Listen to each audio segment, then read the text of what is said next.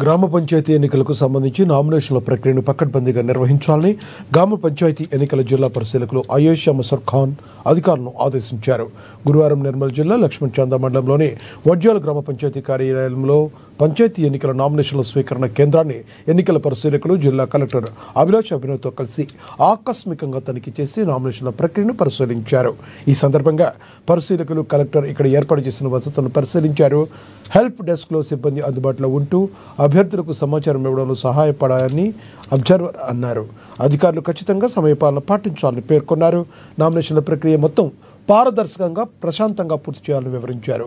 నామినేషన్ల స్వీకరణ ప్రక్రియ ఎటువంటి లోపాలు లేకుండా పూర్తి చేయాలని అధికారులను కలెక్టర్ ఆదేశించారు.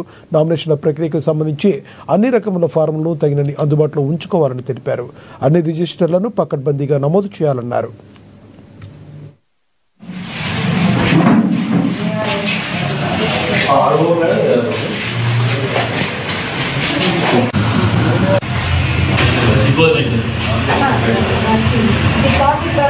डिपॉजिट